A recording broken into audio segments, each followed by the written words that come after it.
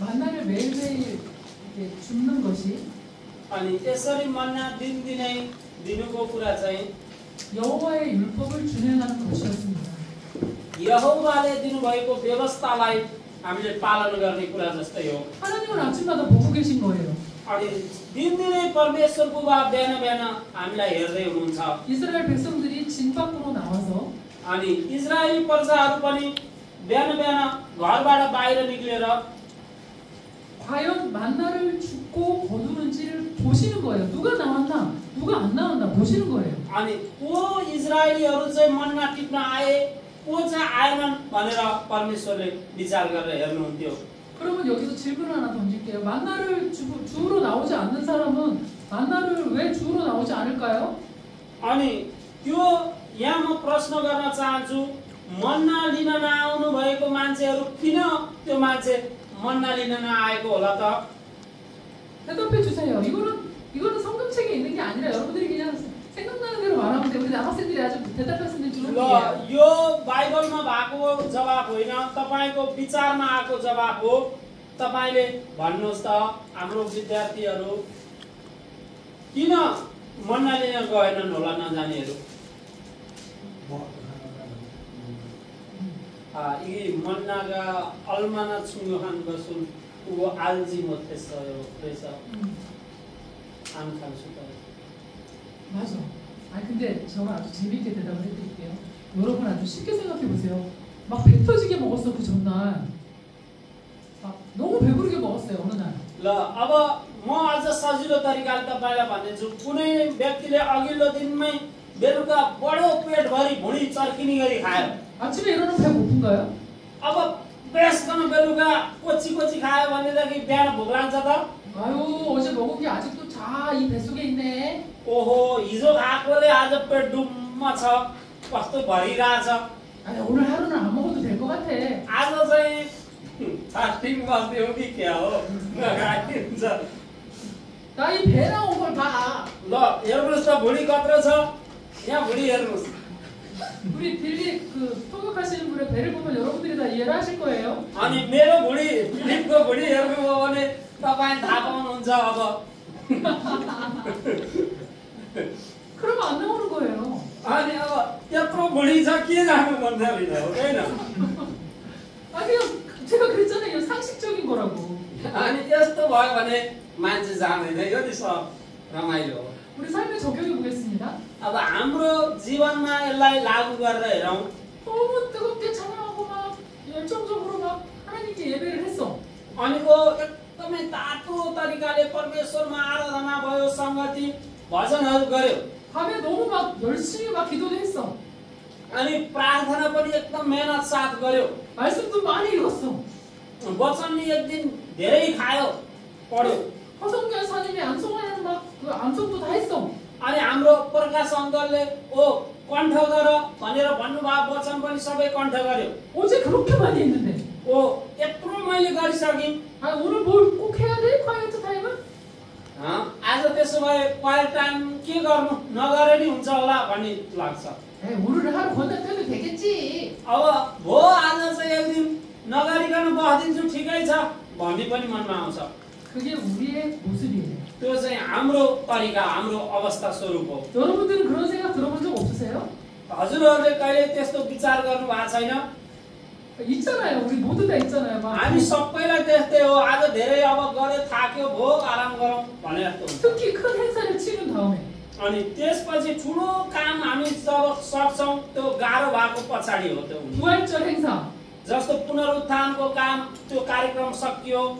크리스마스 성탄 행사. अनि त्यो क्रिसमस कार्यक्रमहरू सकियो। 그 다음날 아침에 일어나서 막 꼭 콰이어트 타임 해야 돼? अनि त्यो दिन भोलिपल्ट लगातार उठेर बिहान ओ क्वाइट टाइम गर्ने हो त? 그런 생각 들지 않나요? होइन नि, आराम गर्न मन लाग्छ होइन? त्यस्तो विचार आउँदैन त? 오늘은 늦잠이나 좀 실컷 जा볼까? आज चाहिँ अलिक ढिलैसम्म सुत्नुपर्छ कि क्या हो? 자 그러면 제가 여러분들은 전 그런 적 없어요 이렇게 대답할 거예요. अनि हुनसक्छ तपाईहरुमा त्यस्तो त्यो होला कि नहोला थाहा छैन, कसो होला? 제가 그럼 질문을 역으로 할게요. म तपाईहरुलाई प्रश्न गर्छु। 이번에 휴가 때 다 고향 가셨었죠? अब यो पालि तपाईहरु सबैजना घर जानुभयो 여기 있을 때처럼 매일매일 아침에 일어나서 성경 읽고 기도되던가요? अनि त्यो एक दिन पनि हजुरहरूले नछुटाई यहाँ भए जस्तो बिहान बिहान सबै संगति गर्ने प्रार्थना वचन गर्नुभयो त 제가 한번 나 죽어오는 나 여기 있을 때처럼 똑같이 아침에 일어나서 이렇게 찬양하고 기도하고 말씀 받다 손 들어주세요. ल यहाँ हुँदा जस्तै गरी बिहान जुरुक्क उठेर प्रार्थना गर्ने वचन पढ्ने भजन गाउने संगति गर्ने गर्नुभएको दिनकै घरमा गर्नुभएको व्यक्तिहरू हात उठाउनुहोस् 진짜 궁금해요. 손 들어주세요.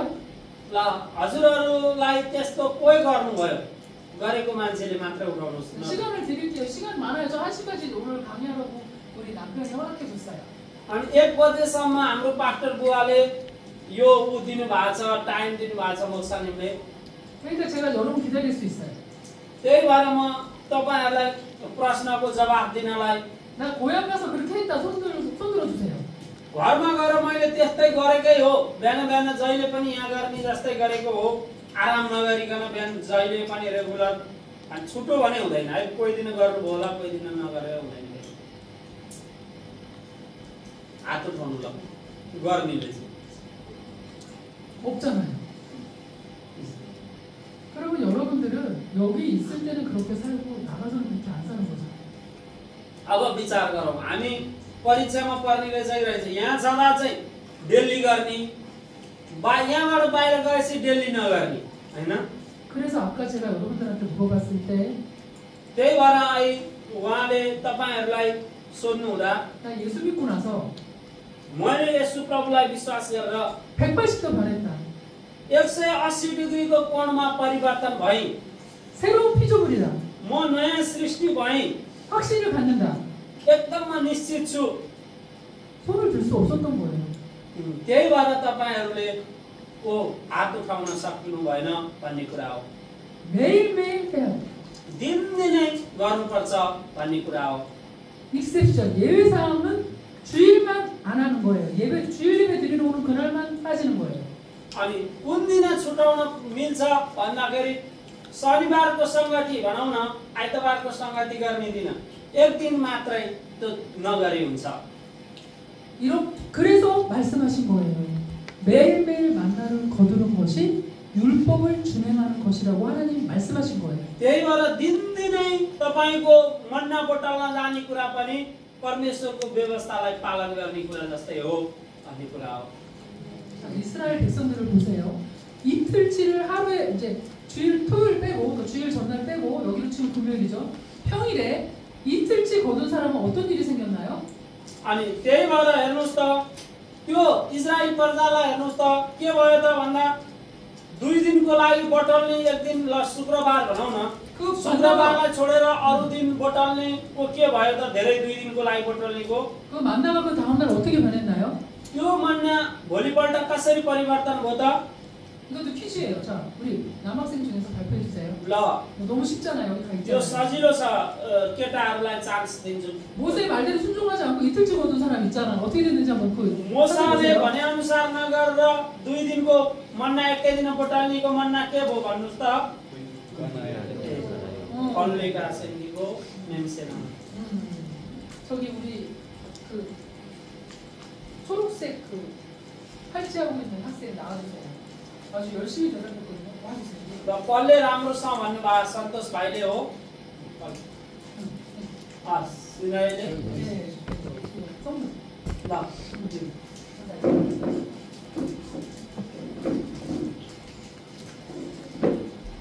몽쉘 통통인데 몽쉘 통통 과자예요. 몽쉘 통통. 통통. अनि एकदमै मोटो भनौँ न 저 과자는 진짜 저도 유혹을 느껴요. 너무 맛있어요. अनि यो उहाँले ल्याएको यो चकलेटहरू चोखो पाइने के हो त यो नि परीक्षा पर्न सक्छ एकदम मिठो छ कसले मैले खान पाए हुन्थ्यो भन्ने पनि हुन सक्छ 저 과자 2개 먹고 अनि कोही मान्छेले अब मिठो खाजा खाने त्यो 콩으로 만든 두유 먹고 अनि त्यसपछि अरू त्यो मिठो भनौँ न त्यस्तो खाजाहरू हामीले खाजा भन्छ खाजा भन्छ 밥 안 먹고 한 끼 식사 건너뛰어요. अनि यो खायो भनेदेखि तपाईको एक दिन भातै नखाइकन पनि बस्न सक्छ यति भिटा पावर हुन्छ भने 그래도 힘이 나. तर पनि शक्ति आइरहन्छ यो खाँदाखेरि भन्ने कुरा हो। 다음에 오게 되면 혹시 다음에 제가 여러분들을 만나러 오게 되면 좀 더 많이 준비해서 올게요. अनि हुनसक्छ हाम्रो सामोनिम मोक्सानिम फेरि अर्कोचोटि यो त्रिशुली आउनुभयो भनेदेखि नेपाल आउँदा अझ बढी म यो खानेकुरा ल्याउँछु भन्नुभएको छ। 자, 벌레가 나고 냄새가 났다고 기록되어 있습니다. अनि त्यहाँ चाहिँ किरा पर्यो गनायो भनेको छ। 어저께 은혜 많이 받았다고 이제 묵상을 건너뛴 사람은 हिजो कति धेरै अनुग्रह पायो भनेर यसरी उगर्ने मान्छे चाहिँ 그 다음 날 त्यो भन्दा भोलिपल्टको दिनमा 옛사람이 살아나. अचानक पुरानो जीवन उसको अगाडि बढेर आइरहेको हुन्छ। 예수님과 함께 십자가에 못 박았던 옛사람이 슝 하고 살아나. येशू प्रभुसँग सँगै क्रुसमा मरेर उगरेको जीवन चाहिँ के हो त? पहिला मरेको पुरानो जीवन फेरि बाँचेर आउँछ त्यही मान्छेमा। 그래서 옛사람의 냄새가 나. 더러운 냄새. अनि त्यो मान्छेको पुरानो जीवनको घिनलाग्दो गन्ध भनौँ न फोहोर गन्धहरू आइरहेको हुन्छ। 막 화를 내고 막 자기 멋대로 자기 하고 싶은 대로 살아와. अनि एकदम रिसाएर आफूलाई जस्तो मन लाग्छ त्यस्तै गरेर होइन घमण्डी भएर जिरहेको हुन्छ। 거기에 대한 경고를 하고 있는 거예요. त्यसरी मान्छेहरू चाहिँ चलिरहेको हुन्छ। 저는 항상 신기했던 게, 야, 우리 몸에 5대 영양소가 필요한데 어떻게 만나만 먹고 살았지? अनि म जहिले पनि के विचार गर्छु भने ओहो हाम्रो शरीरमा त विभिन्न किसिमको कुराहरूको आवश्यक पर्छ शरीरलाई हेर्ने हो भने कसरी मन्ना मात्र खाएर मान्छे बाँच्न सक्यो होला जस्तो लाग्छ। 여러분들이 좀 전에 쌀과자를 먹었어요. 한국 쌀과자. अनि अलि अगाडि तपाईले त्यो कोरियाको चामलको पिठोबाट बनाएको त्यो बिस्कुट जस्तो यस्तो खानुभयो नि हैन नुनिलो। 그게 만나랑 맛이 비슷해요. यो उस्तै उस्तै मन्ना जस्तै हो यो पनि। 거기다가 꿀을 더 넣으면 돼. त्यसमा म अलिकता हाल्यो भने मन्ना भयो सम्झिनुस् यस्तै हो। 그거 먹으면은 다 모든 영양소가 공급이 되는 거예요. अब त्यो म हालेर त्यसमा खाइदियो भने हाम्रो शरीरमा चाहिने सबै भिटामिनहरू मिनरल्सहरू हैन त्यसबाट नै हाम्रो शरीरलाई पुग्ने गरी आउँछ। 너무 신비한 음식인 거예요. यो एउटा अचम्म तरिकाको खाना हो मन्ना भने। जे त्यही मात्र खाए नि बाँच्ने शरीरलाई जम्मै भिटामिन आउँछ। 고기 안 먹어도 돼요. मासु नखाए नि हुन्छ, तरकारी नखाए नि हुन्छ, 생선 안 먹어도 돼요. माछा नखाए नि हुन्छ। 여러분이 좋아하는 과일들 있잖아요. 뭐 바나나부터 시작해서 바나나, 그다음에 뭐 여기서 나는 여러 가지 그런 과일도 안 먹어도 돼요. अनि अरु फलफुल अब हाम्रो शरीरलाई ओ फलफुल खानुपर्छ, सागपात खानुपर्छ भन्छ। अब बनाना खान नपर्ने, आँप खान नपर्ने, स्याउ खान नपर्ने, 이 만나에 다 들어있는 거예요. सबै मन्नाभित्र चाहिने भिटामिन त्यही छ। 너무나 놀라운 음식이었던 거예요. यो एउटा अचम्मको खाना भनेको चाहिँ मन्ना हो। 이 만나를 먹은 이스라엘 백성들이 यो मन्ना खाएको इजरायली प्रजाहरू चाहिँ 얼마나 건강했는지 광야 생활하면서 아파서 병들었다는 사람 없거든요. अनि यो खाएको मान्छेमा कस्तो शक्ति आउँछ भन्दाखेरि तपाईको उजाड स्थानमा बसेको इजरायली प्रजाहरू कोही पनि बिरामी भयो भनेर त्यहाँ छैन। 광야에 무슨 병원이 있어요? अब उजाड स्थानमा बिरामी भयो नि हस्पिटल कहाँ छ र? 무슨 약이 있겠어요? त्यहाँ औषधि उपचार गर्नलाई के औषधि छ र? 만나만 먹으면 만사형 다 해결이 돼. मन्ना खाइदियो भने त्यो औषधि नै नचाहिने, केही पनि नचाहिने, उसै मोटाइहाल्ने। 바로 그게 하나님의 놀라운 비밀이에요. अनि यसमा एउटा परमेश्वरको अचम्म किसिमको रहस्य लुकेको छ। 우리가 콰이어트 타임을 통해서 हामीहरू पनि क्वाइट टाइमको माध्यमबाट 영혼에 필요한 우리 영에 필요한 모든 필요한 양식이 그 안에 다 들어있다는 거예요. अनि हामीहरूलाई पनि आत्मिक रूपमा चाहिने जति पनि आवश्यक पर्ने त्यो कुराहरू छ सबै चाहिँ त्यहाँबाट प्राप्त हुन्छ। 근데 여기서 굉장히 모순되는 말씀이 있어요. 모순이라는 게 뭐냐면 그 반대되는 그러니까 재밌는 얘기를 하는 거예요. 그 창이 있고 방패가 있어. 그 창을 아주 잘 만드는 사람이 있고 방패를 아주 잘 만드는 사람이 있어. 그러면 창을 박는 사람은 이 창이 너무 세서 내가 널 이길 수 있어. 그래. 방패를 들는 사람은 이 방패가 훨씬 강해. 너 창을 막을 수 있어. 그게 서로 모순이 되는 거죠. अनि हेर्नुहोस् त यो चाहिँ के हो त भन्दाखेरि टक्राउ हान्ने भनौँ न, एउटाले बलियो छ भने अर्कोले प्रतिरोधक क्षमता भनौँ न, यसरी जुत्दाखेरि बलियोले अर्को झन् बलियो अब छेक्ने। अहिले भनौँ भने अब यो ऊ छ नि त्यो युद्धको लागि चाहिँ त्यो मिसाइलहरूलाई चाहिँ उ गर्ने मार्ने गिराउने त्यस्तो जस्तै हो। 만나를 먹으라 그랬어요. 율법을 준행하라고. अब मन्ना खाइसकेपछि के हो त भन्दाखेरि 율법 त्यो व्यवस्थालाई चाहिँ मान्ने कुरा जस्तै हो। 근데 너희가 떡으로만 살 것이 아니요 하나님의 입에서 나오는 모든 말씀으로 산대요. तर तिमीहरू चाहिँ अब रोटीले मात्र बाँच्ने होइन कि परमेश्वरको मुखबाट निस्केको वचनले बाँच्छौ भनेको छ। 서로 이게 반대되는 얘기잖아요. अनि यो पनि के हो त नमिलेको कुरा जस्तो लाग्छ। एउटामा रोटी खाने भनेको छ, एउटामा चाहिँ रोटी नखाए नि बाँच्छ भनेको छ। 만나를 먹어라. अनि एकतिर चाहिँ मन्ना खाऊ भनेको छ होइन, 말씀으로 살아라. अनि एउटा चाहिँ वचन अनुसार जियो भनेको छ। 이건 육의 양식. एउटा मन्ना चाहिँ शरीरको भोजन, 이거는 말씀. अनि यतापट्टि चाहिँ वचन। 그러면 우리 한번 이거는 진짜 어려운 퀴즈인데 이거 맞춘 사람은 진짜 제가 존경해요. अनि ल यो एउटा अप्ठ्यारो प्रश्न छ, यो मिलाउनु भयो भने म तपाईहरुलाई 여러분들은 성경을 어떻게 읽는지 모르겠어요. तपाईले बाइबल कसरी पढ्नुहुन्छ थाहा छैन। 저는 성경을 한참 읽을 때 म चाहिँ बाइबललाई पढ्दाखेरि 아침 8시에 교회로 갑니다. बिहान 8 बजे चर्चमा जान्छु। 그러면 중간에 점심시간 잠깐 있고 अनि बीचमा 12 बजे त्यो खाना खाने टाइम हुन्छ। 12시에서 한 12시 반. अनि 12 देखि 12:30 बजेसम्म खाना खाने टाइम हो। 오전 8시부터 अनि फेरि बिहान 8 बजेबाट 오후 5시나 6시까지 अनि बेलुकाको 5-6 बजेसम्म 계속 성경을 읽어요. अनि निरन्तर रूपमा बाइबल पढिराख्छु। 그래서 제가 이제 집에 와서 정리를 합니다. 이사야서는 1장부터 66장까지. अनि म फेरि घरमा आएर व्यवस्थित गर्छु। यशायाको पुस्तक जस्तो 1 अध्यायदेखि 66 अध्यायसम्म।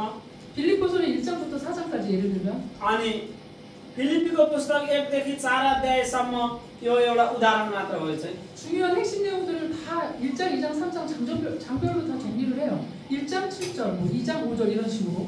अनि महत्त्वपूर्ण पदहरू म सबै के गर्छु त त्यो टिप्पण गर्छु, जस्तै यो यति अध्यायको यति पद, यतिको यति पद भनेर।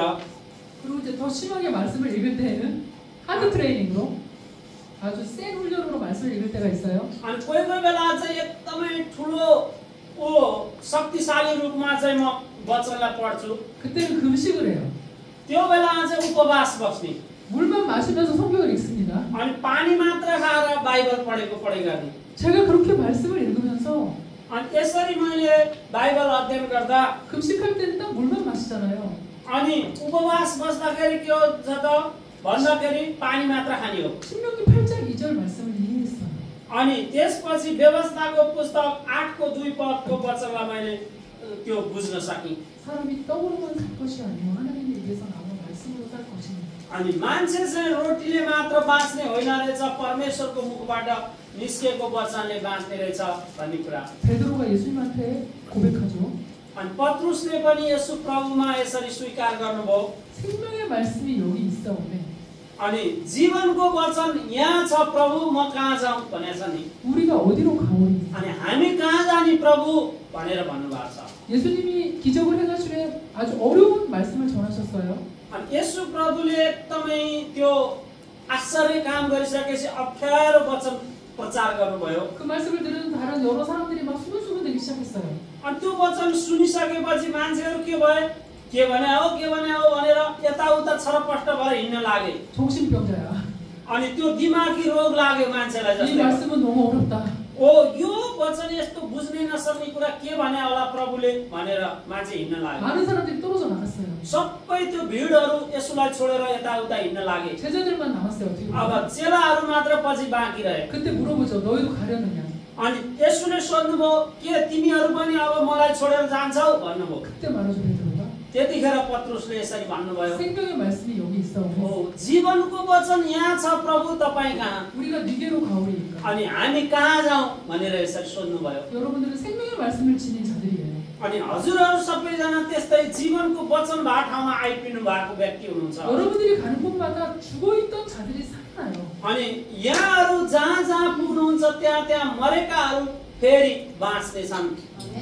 아멘. 떡보다 중요한 게 뭐냐면 말씀이라는 거예요. अनि रोटीभन्दा महत्त्वपूर्ण कुरा के रहेछ त? वचन रहेछ। 아멘. 제가 음식을 끊고 금식하면서 며칠은 살 수 있는데요. अनि हामी उपवास बस्यो भने केही दिनसम्म बाँच्न सक्छौँ रोटी नखाने। 하나님의 말씀을 끊고서는 단 하루도 살 수가 없었어요. तर परमेश्वरको वचन खान छोडेर एक दिन चुप लाएर बस्दियो भने हामी बाँच्न सक्दैनौँ भन्ने कुरा हो। 저는 정말 1년 365일 제가 이렇게 말씀 여러분들한테 전한 대로 그렇게 아침마다 하나님을 만나고 말씀을 묵상합니다. अनि म चाहिँ 365 दिनै वर्षमा के गर्छु त? अहिले हजुरहरूलाई भने जस्तै गरी बिहान बिहान वचनहरू खाएर मनन गर्छु। 이거 없이는 나는 죽은 자예요. अनि यो यदि मैले खान पादिन छैन भने म मरे जस्तै मलाई लाग्छ। 제가 퀴즈를 낸다고 정답을 말했는데 그 예수님이 말씀하신 게 그 구약 성경 어디에 있는지 그런데 지금은 기억나는 분들은 찾아서 알려주세요. 조금 전에 잠깐 얘기를 했는데 아니. 모세가 이스라엘 백성들을 앞에 두고 고별 설교를 합니다. 죽음을 앞두고 마지막 설교를 합니다. अनि मोसाले के गर्नुभयो त भन्दाखेरि आफ्नो मृत्युको अगाडि अन्तिममा आएर के गर्नुभयो त भन्दाखेरि इजरायलीहरूको बीचमा वचन प्रचार गर्नुभयो भन्नुभयो। 여러분 얼마나 비장한 설교겠어요? 굉장히 그러니까 죽음을 앞두고 하는 설교니까 너무 아주 중요하면서 간절하고 아주 굉장히 애통하면서 하는 설교지. 눈물의 설교. अनि हेर्नुहोस् त मर्नुभन्दा अगाडि एकदमै उहाँले महत्त्वपूर्ण कुरा एकदमै बहुमूल्य कुराहरू भन्नुभयो होला हैन? त्यो कुराहरू के होला? 제가 이스라엘 성지순례 갔을 때 모세가 죽기 전에 올라갔던 산에 저도 똑같이 올라갔어요. अनि म जुन इजरायलमा भिजिटमा जाँदाखेरि घुम्न जाँदाखेरि मोसा त्यो पहाडमा उक्लिनु भएको मर्नुभन्दा अगाडि पहाडमा उक्लिनु भएको पहाडमा सामुनिम पनि त्यसै गरी माथि पहाडमा जानुभयो अरे त्यहाँ। 진짜 가나안 땅이 쫙 보이는 거예요. त्यहाँबाट हेर्दाखेरि कनानको भूमि त सर्लक्क देखिन्छ पहाडबाट जम्मै। 근데 모세 들어갔어요? 못 들어갔어요? तर मोसा त्यो कनानभित्र छिर्नुभयो कि छिर्नु भएन? 얼마나 가슴이 아팠겠어요. अब आँखाले सर्लक्कै देखेछ, कति मन दुख्यो होला जान्न पाउँदा। 얼마나 속상해요. कति धेरै चिन्तित हुनुभयो होला। 너희는 나처럼 되면 안 돼. तिमीहरू म जस्तै भयो भने हुँदैन। 하나님의 말씀을 잘 듣고 너희는 약속의 땅에 들어가야 돼. परमेश्वरको वचन तिमीहरूले चाहिँ राम्रो सुनेर प्रतिज्ञाको भूमिमा प्रवेश गर्नुपर्छ। 그 마음으로 त्यो मनबाट 이 말씀을 전하는 거예요. अनि त्यस्तो मन राखेर मोसाले आफ्नो कुराहरू इजरायलीहरूको बीचमा भन्नुभयो। 우리 지금 타임머신을 타고 모세가 죽음을 앞둔 그 시점으로 우리 거슬러 올라가겠습니다. ल अब हामी त्यसो भए यो बेला मोसा मर्नुभन्दा अगाडि जानु भएको ठाउँ हामी पनि एकचोटि अहिले सँगै गएर हामी हेरौँ। ल आउनुहोस्। 자, 신명기 8장으로 가겠습니다. ल व्यवस्था 8मा प्रवेश गर्नुहोस् त। अलि जोसिलो हुनुहोस् त, अलि कम जोसिलो भए जस्तो लाग्यो हजुरहरू। कि पहिला त पढिरहँदा जोसिलो हुनुहुन्थ्यो, अहिले पढ्न बिचार छोड्नु भयो भएर जोस हरायो। बिदामा बसेर अब फुर्तिसँग आमेन भनेर जोसिलो हुनुहुन्छ है त। 자, 우리 1절부터 10절까지 할 것인데 아까랑 동일하게 우리 네팔어로 하는 게 필요해요. 저는 이미 다 읽고 왔습니다. 우리 빌린 목사님께서 1절 하시면 2절은 여러분들이 읽고 이렇게 돌아가면서 번갈아 읽겠습니다. ल त्यसो भए 8को 1 देखि 10 सम्म हो। म 1 पढ्छु, तपाईहरु 2 पढ्नुस्। यसरी आइको जसरी गर्ने है त, फुर्तिसँग। ल मैले तिमीहरूलाई आज दिएका सब आज्ञा होशियार साथ मान कि तिमीहरू जीवित रहन र संख्यामा बढ्न सक र गएर परम प्रभुले तिमीहरूका पिता पुर्खालाई सभा शपथ खाएर प्रतिज्ञा गर्नुभएको देशलाई अधिकार गर्न सक। तिमीहरूलाई दिन तुल्याउन, जाँच गर्न र उहाँका आज्ञा मान्ने विवेक शक्ति छैन भने जान्नलाई यी 40 वर्षभरिको उजाड स्थानको यात्रामा परम प्रभु तिमीहरूका परमेश्वरले कसरी तिमीहरूलाई डराउनुभयो सो स्मरण गर। उहाँले तिमीहरूलाई नम्र बनाउन भोकले पीडित तुल्याउनुभयो अनि तिमीहरूलाई मन्ना खुवाउनुभयो, जसको बारेमा तिमीहरूलाई र तिमीहरूका पिता पुर्खाहरूलाई आइदिएन। मानिस भोजनले मात्र होइन तर परमप्रभुको मुखबाट निस्केको प्रत्येक वचनले जिउँछ भन्ने कुरा बुझाउनलाई यसो गर्नुभएको हो।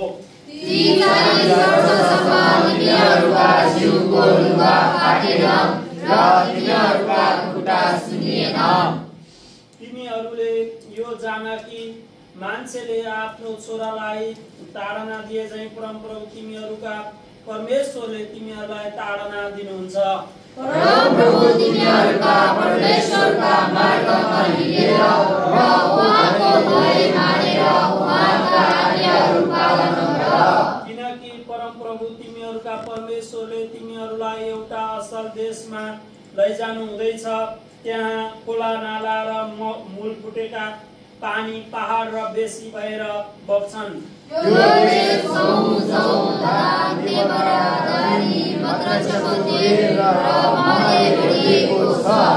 त्यस देशमा तिमीहरूलाई अन्नको अभाव हुने छैन। त्यहाँ तिमीहरूलाई कुनै कुराको घटी हुने छैन। त्यस देशमा ढुङ्गाहरू फलामका छन् र त्यहाँका पहाडहरूबाट तिमीहरूले तामा निकाल्नेछौ।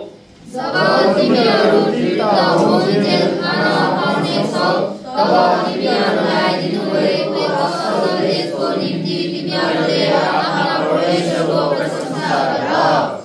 आमेन। 만나는 이스라엘 백성들이 광야에 있는 40년 동안 먹었던 음식이에요. 그때만 먹었던 음식이에요. अनि मन्ना चाहिँ हेर्नुहोस् त इजरायली प्रजा पनि उजाड स्थानमा हुँदाखेरि मात्रै हो। त्योभन्दा पछि खान पाएको खाना होइन, त्यही बेला मात्रै। 믿음의 조상 아브라함도 못 먹었어요. विश्वासको पुर्खा अब्राहमले पनि मन्ना खान सक्नु भएन। 12지파의 그 아버지였던 제이콥 야곱도 못 먹었어요. 12 कुलको बुवा हुनुहुने याकुबले पनि त्यो मन्ना खान पाउनु भएन। 그리고 다른 이스라엘 백성들도 그 광야 길을 지나던 그 백성들만 먹었지 다른 이스라엘 사람도 그걸 누구도 먹어본 적이 없어요. अनि त्यही उजाड स्थानमा पार गर्दै गएको इजरायलले मात्र खान पायो। त्योभन्दा बाहिर बस्ने इजरायलीले पनि मन्ना खान पाएन। 그럼 여러분 생각해 봐야 돼요. 그 만나를 주신 분이 누군가요? त्यसो भए हजुरहरूले यहाँ विचार गर्नुपर्ने कुरा छ, मन्ना दिनुहुने व्यक्ति चाहिँ को हुनुहुँदो रहेछ त? 누구죠? 하나님이 어떻게 주셨어요? 만나를 내리리라 말씀하니까 만나가 내려오잖아요. अनि हेर्नुहोस् त परमेश्वरले कसरी दिनुभयो मन्नालाई। ओ तिनीहरूको बीचमा झर भन्नुभयो अनि झर्यो होला। 너희 생각에는 애굽에 있을 때처럼 이것도 먹고 저것도 먹고 뭐 파도 먹고 마늘도 먹어야 건강하다고 생각을 하지. अनि तिमीहरू मिश्रमा हुँदाखेरि चाहिँ अब यो खायो त्यो खायो होइन, फलफुल खाने, सागपात खाने, मासु खाने, लसुन प्याज खायो भने स्वस्थ हुन्छ भनेर विचार गर्थ्यौ। 막 이스라엘 백성들이 울면서 얘기하잖아요. 우리가 애굽에서는 떡가마 옆에서 맛있는 걸 배불리 먹었어. अनि इजरायली प्रजाहरू कसरी रोए भन्दाखेरि ओ हामी मिश्रमा चाहिँ कसरी पेटभरि मिठो मिठो भोजनहरू खान्थ्यौँ र अगाउँथ्यौँ, यहाँ त केही छैन गरेर रोए होइन। 어떤 성사학자들은 애굽에서 이스라엘 백성들이 먹을 음식이 뭔가 이것만 연구해 놓은 사람도 있어요. अनि कोही मान्छेहरू त कस्तो भयो भने इजरायली प्रजाहरूले मिश्रमा खाएको खानाहरू सम्झेर उतै जाउँ पनि गर्न थाले। 근데 정말 이거는 파격적인 거예요. 만나 하나만 먹으면 그 모든 음식에는 영양가가 다 담겨 있는 거예요. तर एउटा अचम्मको कुरा छ, मन्ना एउटा खाइदियो भनेदेखि के छ त, अरू मिश्रमा हुँदा जम्मै थोक खाएको त्यो चाहिने भिटामिन मिनरल्सहरू चाहिँ त्यही मन्नामा हामीलाई पाउने थियो शरीरलाई। 그래서 이스라엘 백성들은 뭐를 깨달았을 거예요? अनि इजरायली प्रजाहरूले के कुरा थाहा पाए होला पछि? 하나님이 말씀하시고 내려주신 음식을 먹으면 다른 음식 안 먹어도 이걸로 충분히 먹고 사는구나. परमेश्वरले दिनुभएको खाना भोजन चाहिँ हामीले खायो भने यो संसारमा दिने विभिन्न किसिमको भोजन नखाए पनि हामी बाँच्न सक्ने रहेछ भन्ने कुरा थाहा पाए। 가장 무서운 일은 하나님이 만나를 내리지 않는 거겠죠. अनि सबैभन्दा डरलाग्दो कुरा चाहिँ के थियो त भन्दा परमेश्वरले मन्ना नझारिदिनु भएको भए उजाड स्थानमा त्यो चाहिँ डरलाग्दो थियो। 그래서 제가 이제 좀 이따 이따가 나누겠지만 그 어떻게 우리가 만나를 먹을 수 있나 이걸 제가 말씀드릴 거예요. अनि अलि पछाडिमा तपाईहरुलाई कसरी हामी मन्ना खान सकिन्छ भन्ने कुरा पनि थाहा दिन्छु भन्छु। 그래서 이 만나를 먹으면서 그 이스라엘 백성들은 깨달았어요. अनि यो मन्ना खाएर इजरायली प्रजाहरूले थाहा पाए 애굽의 그 많은 음식들보다 मिश्रमा भएको त्यो सबै विभिन्न परिकार भोजन भन्दा 하나님이 주신 만나 하나만 먹으면 अनि परमेश्वरले दिनुभएको एउटा मात्र मन्ना खायो भने 우리는 충분히 건강하게 잘 살 수 ओ 있어. हामी त एकदम स्वस्थ भएर फुर्तिलो भएर जिउन सकिँदैछ भन्ने कुरा थाहा पाए। 이게 너무 놀라운 신비고 하나님의 크신 역사인 거예요.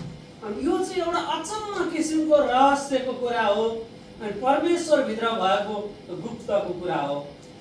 자, 그래서 4절부터 쭉 보면 4 पदबाट हामीले हेर्यो भने 의복도 헤어지지 않았다. 발이 부르트지 아니하였다. अनि खुट्टाहरू पनि तिनीहरूको सुनिएनन् लुगा पनि फाटेन भनेको छ। 광야에는 바람이 많이 불어요. 옷이 금방 망가집니다. उजाड स्थानमा चाहिँ हावा एकदमै जोडसँग चल्छ हैन लुगा त के हुन्छ च्यातिएर जान्छ हावाले। 근데 왜 이스라엘 백성들 의복은 이렇게 헤어지지 않았을까요? तर किन होला इजरायली प्रजाहरूको 40 वर्षसम्म लुगा नच्यातिएको? 햇볕이 엄청 뜨거울 텐데. अब त्यो माथिबाट तपाईको घामको ताप कस्तो आउँदो राप हैन? 광야길 걸으면 얼마나 힘들어요. 근데 발이 부르트지도 않았어. तर त्यो बालुवा तातो बालुवामा टेक्यो भने कम त पोल्छ तर पनि खुट्टामा केही पनि सुन्निएन भनेछ। 왜 이렇게 이런 기적이 가능했을까요? केही यस्तो असम्भव आश्चर्य कामहरू त्यहाँ सम्भव भयो त? 만나. 바로 만나를 먹었고 그 다음에 구름 기둥과 불 기둥으로 하나님이 함께 하셨잖아요. अनि एउटा मन्ना खाएर हो अर्को चाहिँ बादलको खामो र आगोको खामो भएर परमेश्वर सँगसँगै साथमा भइदिनु भएको भएर हो। 여러분들은 여기 이제 이 트리실리 신학교를 마치고 이제 광야 같은 곳으로 보내질 거예요. अब यो त्रिशुलीको स्कुलमा पढिसकेपछि तपाईहरु पछि उजाड स्थान जस्तो संसारमा जानुहुन्छ। 많은 그 어려움에 처할 거예요. अनि धेरै अप्ठ्यारो परिस्थितिहरू फेस गर्नुपर्ने हुन्छ तपाईहरुले। 거기까지 허성교사님이 따라가지도 않아요. त्यहाँसम्म तपाई जहाँ जहाँ गयो त्यही प्रकाश अङ्कल पनि सँगै जान सक्नुहुन्छ त? जानुहुन्न। 필립 목사님도 안 따라갔습니다. अनि फिलिप दाइ पनि जान सक्ने हो त? होइन। 그러면 이제 여러분 혼자서 그 광야길을 걸어가야 됩니다. अनि त्यतिखेर चाहिँ तपाई उही हामीसँग फोन मात्र हुन्छ होला तर जानी चाहिँ तपाईहरु एक्लै जानुपर्छ त्यो हिँड्ने बेलामा भन्ने कुरा हो। 그때 여러분들은 두 가지를 기억하세요. त्यतिखेर हजुरहरूले सम्झिनु पर्ने दुईवटा कुराहरू छ। 첫 번째는 구름 기둥과 불 기둥으로 하나님 나를 보호하신다. अनि पहिलो कुरा आगोको खामो र बादलको खामो भएर परमेश्वर चाहिँ मसँग सँगै हुनुहुन्छ। 내 영에 필요한 양식을 매일매일 내려주신다. अनि मेरो आत्माको लागि चाहिने भोजन त्यो चाहिँ परमेश्वरले दिनदिनै मलाई झार्दिरहनुहुन्छ। 같이 있는 여기 이 친구들도 그때는 옆에 없잖아요. अहिले जति पनि यहाँ सँगै हुनुहुन्छ तपाईहरु साथीहरु यो भएको साथी पनि त्यतिखेर तपाईसँग कोही पनि नहुन सक्छ एक्लै हुनुहुन्छ। 나 혼자잖아요. तपाई त्यतिखेर एक्लै हुनुहुन्छ एकजना मात्र। 그래도 두려워하지 마세요. तर त्यस्तो बेलामा नि नडराउनुस् है। 만나만 매일매일 내가 거두어서 먹는다면 अनि त्यतिखेर पनि तपाईले मन्ना दिनदिनै तपाई ल्याएर खाँदै हुनुहुन्छ भने 우리는 이런 기적을 경험할 수 있습니다. हामीहरु पनि हाम्रो जीवनमा यस्तै आश्चर्य कर्महरु चाहिँ अनुभव गर्न सक्छौं। आमेन। 그래서 제가 좀 이거는 사실 우리 그 허성교사님과 사모님이 들어야 되는 얘기인데 지금 안 듣고 계시는데 그래도 두 분한테 제가 나중에 좀 설명해드리고 좀 기적 같은 일을 제가 대한민국에서 경험한 거를 좀 여러분들하고 너무 상당히 비슷하기 때문에 하나 잠깐 나누고 쉬는 시간 한 5분만 갖고 그 다음 마지막 강의 진행하도록 하겠습니다. अनि अहिले सुन्नुपर्ने हाम्रो प्रकाश अङ्कल र आन्टीले सुन्नुपर्ने कुरा थियो तर उहाँहरू अहिले हुनुहुन्न। कोरियामा भएको एउटा आश्चर्य काम जस्तो हैन त्यो तपाईहरुको बीचमा म भनेर अनि 5 मिनेट रेस्ट दिन्छु अनि फेरि त्यसपछि गरौँला। 시편 78편 19절 말씀 가장 먼저 찾아서 벌떡 일어나서 읽으시는 분 수지성입니다. 78편 19절. ल 78 भजन 78 को 19 पढ्ने मान्छे खोजेर पढ्ने मान्छेलाई उपहार पनि छ। छिटो खोजेर 78 को 19 पढ्ने मान्छेलाई। तिनीहरूले परमेश्वरको विरुद्धमा यस्तो वचन बोले के परमेश्वरले उजाड भूमिमा खानेकुरा दिन सक्नुहुन्छ र? 이스라엘 백성들이 불평한 내용이 여기 막 나오죠. अनि इजरायली प्रजाहरूले गलगल गरेको कुरा भजनको पुस्तकमा पनि छ।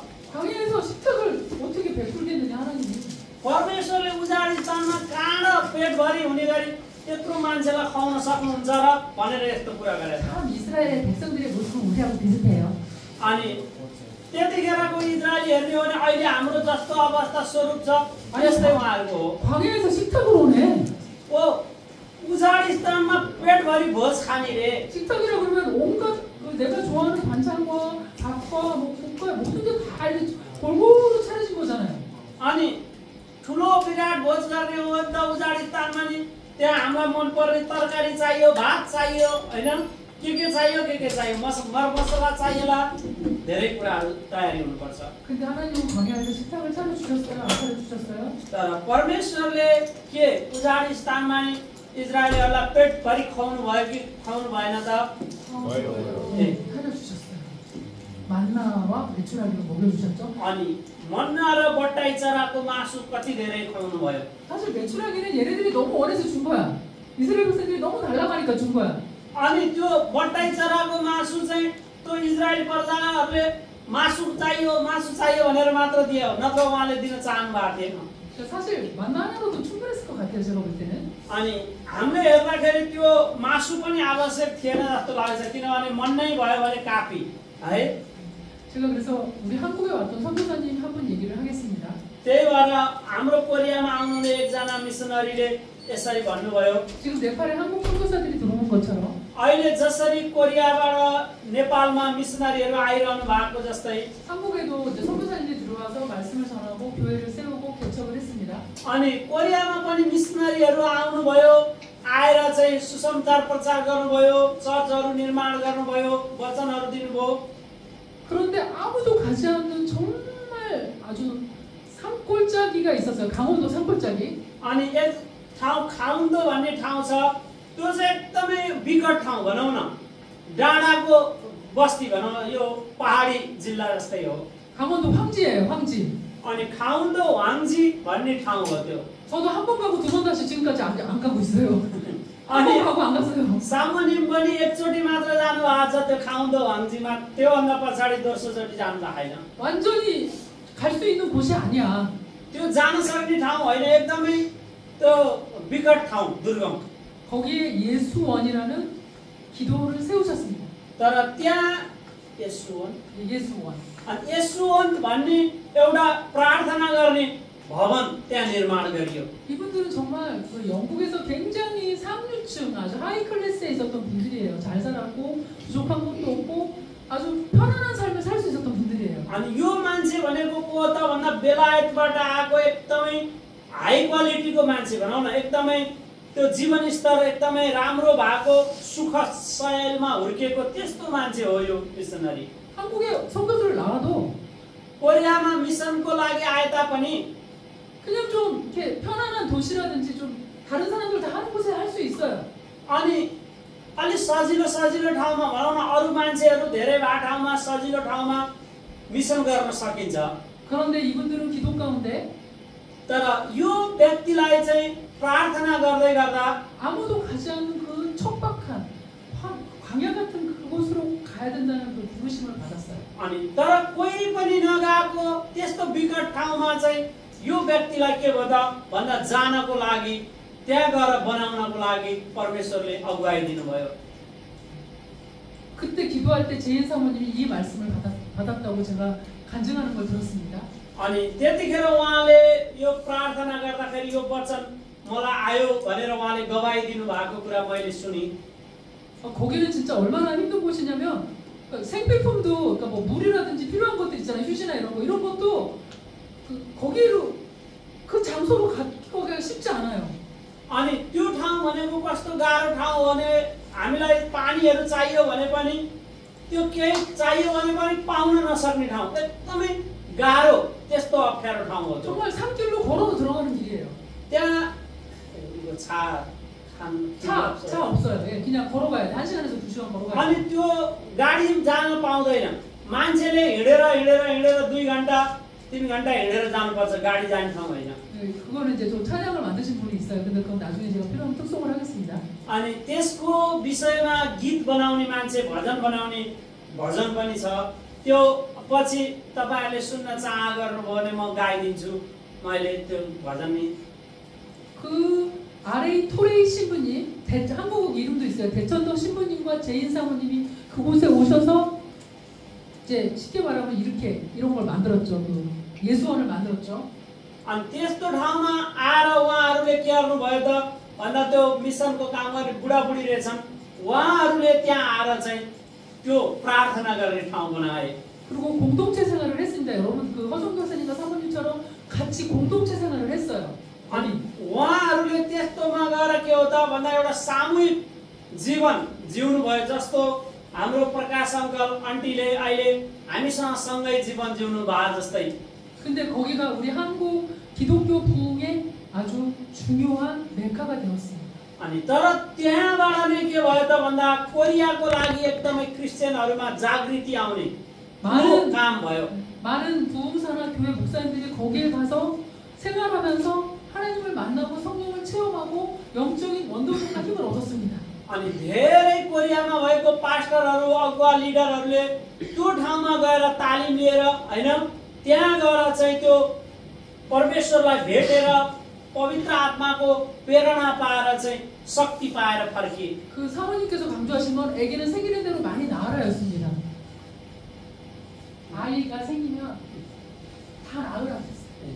अनि त्यसपछि त्यहाँ उहाँले भन्नुभएको वचन के थियो त एउटा भन्दाखेरि बच्चा कोही जन्मियो भने सबैजना यो ठाउँमा आओस् भनेर भन्नुभएको थियो रे। 그래서 아이가 7명에서 8명 정도 되는 가정도 있었어요.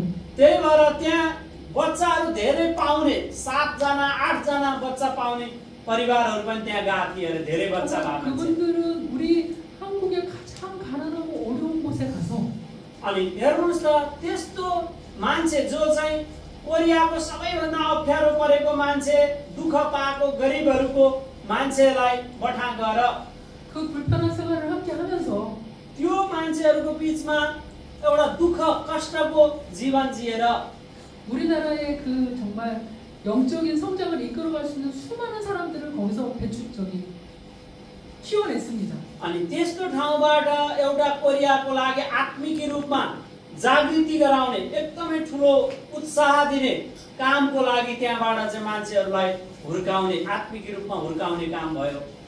제가 카트만두 공항에 내려서 여기 오는 동안 अनि मैले पनि काठमाडौँको एयरपोर्टमा ओर्लिएर यहाँ आउने बेलासम्म 다시는 오지 않아야겠다는 생각을 수없이 했습니다.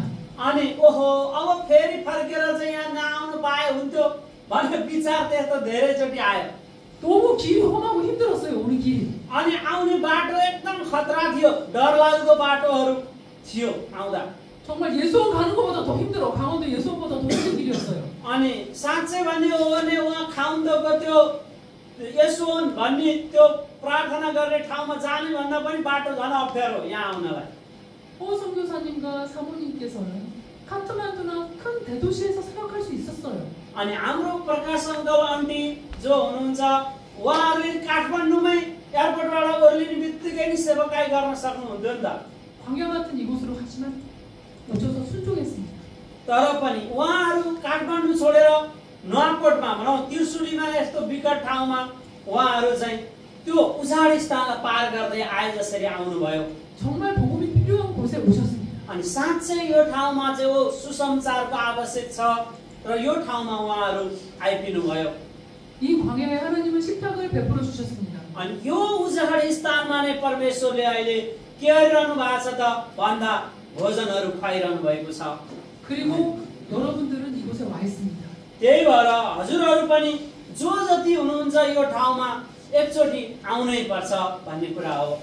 예, 그래서 이제 여기까지 하고 त्यही भएर अब अहिले यहाँसम्म गरेर 잠깐만 쉰 후에 우리 지금 시간이 빨리 간 것 같죠? अहिले टाइम छिटो छिटो गए जस्तो लागिरहेछ हैन त्यही भएर 5 मिनेट मात्र रेस्ट गरेर 우리 지금 40분 이상 강의를 했어요. 그래서 딱 3분만 쉬고 화장실 갔다 오고 싶으면 얼른 갔다 오고 15분부터 다시 강의 들어가서 이제 어떻게 강의하는지 마르틴 루터 강의 진행하겠습니다. ल अब त्यसो भए 2-3 मिनेट मात्र रेस्ट गरेर टोयलेट जाने मान्छे छिटो छिटो गएर आउनुस् अनि त्यसपछि मार्टिन लुथरको त्यो शिक्षालाई कसरी हामीले उहाँले अपनाउनु भयो त्यो अनुसार हामी जाउँला 아멘. ल छोटो रेस्ट ब्रेक गरौँ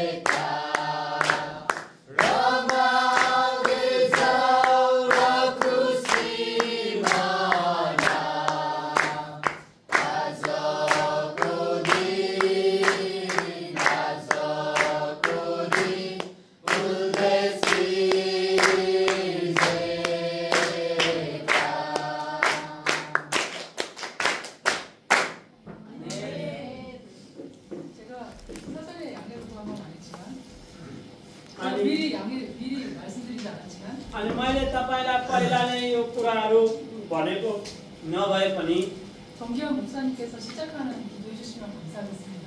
ल हाम्रो पास्टर बुवाले अब अहिलेको क्लासलाई सुरुको प्रार्थना गरिदिनु भयो भने राम्रो हुन्छ.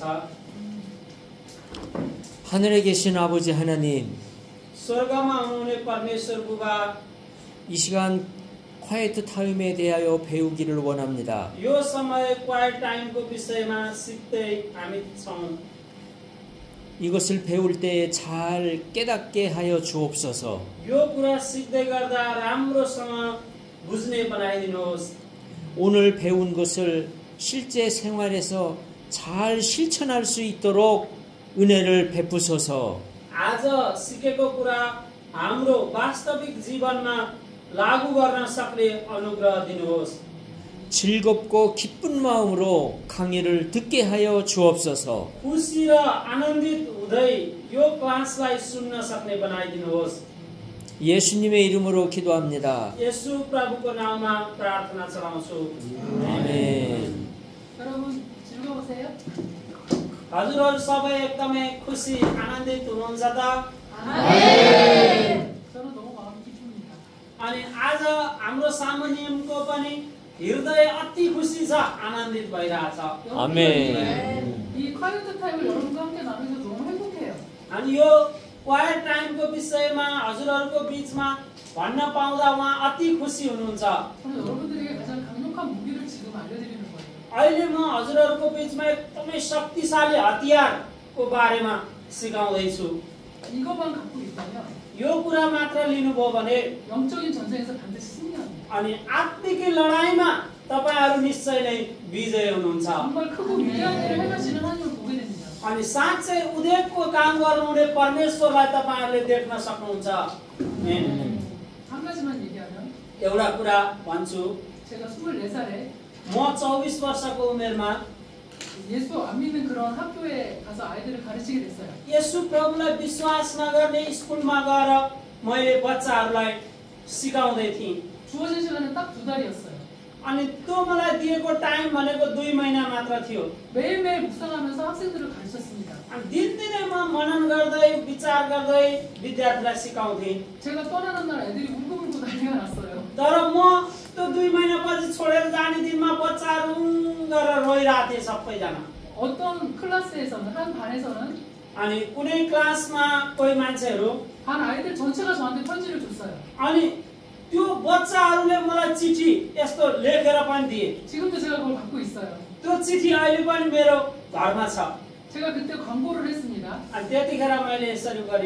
이봉현 선생님을 만나고 싶은 사람은 अनि यसरी फेरि मलाई पछाडि भेट्न चाहने मान्छेहरू चाहिँ 그 몇 월 며칠 몇 시까지 अनि यति महिना यति गते यति समयसम्म 어느 대학교 अनि कुन त्यो कलेजहरूमा 그 어디로 모여라. अनि तिमीहरू एक ठाउँमा कहाँ जम्मा हुने त्यहाँ जम्मा हौ। 제가 그 시간에 나갔을 때 म त्यो बेला त्यो ठाउँमा गएर 한 350명에서 500명의 아이들이 와 있는 거예요. अनि त्यो भनेको त सिकाउँछु भनेर त्यहाँ 350देखि 500 जना मान्छेहरू बच्चाहरू जन्म भए त्यो ठाउँमा। 그때 이제 그 큰 강당에서 अनि त्यो ठुलो सभामा 그 예수님에 대한 그 연극을 하는 팀이 공연을 했어요. अनि त्यहाँ येशू प्रभुको बारेमा एउटा भन्ने एउटा टिम त्यस्तो प्रकट भयो। 아이들이 저를 따라서 다 그 공연을 봤습니다. अनि त्यो मलाई पछ्याएर बच्चाहरूले सबै त्यो टिमले गरेको कुराहरू हेरे। 마지막에 예수님을 영접하는 시간이 되었을 때 अनि अन्तिममा अब त्यो येशू प्रभुलाई ग्रहण नगर्नेले पनि ग्रहण गर्ने समय आउँदा 대부분의 아이들이 영접하겠다고 일어섰어요. अनि धेरै जसो बच्चाहरू म पनि येशूलाई ग्रहण गर्छु भनेर आफ्नो बसेको सिटबाट उठे जम्मैजना। 아멘. 아멘. 매일매일 저는 묵상을 하면서 그 아이들을 만났습니다. अनि म जहिले पनि दिनदिनै मनन गर्दै बच्चाहरूलाई भेट्ने गर्थेँ। 아이들이 느껴요. अनि त्यो कुरा बच्चाहरूले अनुभव गरे। 이봉현 선생님은 좀 달라. यो टिचर चाहिँ किन होला बेग्लै छ, 뭔가 생명이 있어. केही कुरा यो टिचरमा जीवन भिन्नै छ। 우리도 저분이 믿는 걸 믿고 싶어. उहाँले विश्वास गरेको कुरा हामी पनि विश्वास गर्न चाहन्छौँ। 그냥 복음이 전해집니다. अनि मैले सुसमाचार प्रचार गरेकै छैन, तर त्यत्तिकै सुसमाचार प्रचार भयो। 복음이 강물처럼 흘러가요. सुसमाचार चाहिँ नदीको पानी बगे जस्तो 어렵지 않아요. अप्ठ्यारो केही छैन सुसमाचार। 저절로 예수님을 믿어요 그냥. अनि त्यत्तिकै आफसी मान्छेले यसलाई विश्वास 제가 गर्छ। 한 거는 몇 월 며칠에 모여라 이거밖에 없어요. अनि उहाँले भनेको त कुन दिन मिति तोक यति टाइम तोक म त्यो ठाउँमा आउँछु मात्रै भन्नुभएको हो। 역사는 하나님이 하셨어요. अनि काम गर्नुहुने चाहिँ परमेश्वर नै हुनुहुन्छ। 자 그러면 말틴 루터식 묵상을 하겠습니다. 자 우선 중요한 거는 첫 번째 노트를 준비합니다. 지금 우선 적으세요. अब अहिलेबाट लेख्नुहोस्, नोट एकदमै महत्त्वपूर्ण छ। मार्टिन लुथरकोबाट शिक्षा लिने हो हामीले। 근데 이 노트는 여러분들이 이렇게 저랑 수업하는 거랑 이런 거 강의 적는 노트하고 좀 구분하세요. अनि यो नोट चाहिँ हजुरहरूले पहिला त्यो क्लासमा बस्दाखेरिको लेखेको नोटभन्दा छुट्टै सामुनिमले गरेको क्लास भनेर लेखेर छुट्टै भिन्न बनाउनुहोस्। 제가 다음에 여러분들을 다시 만날 땐 제 묵상 노트 갖고 와서 보여드릴게요.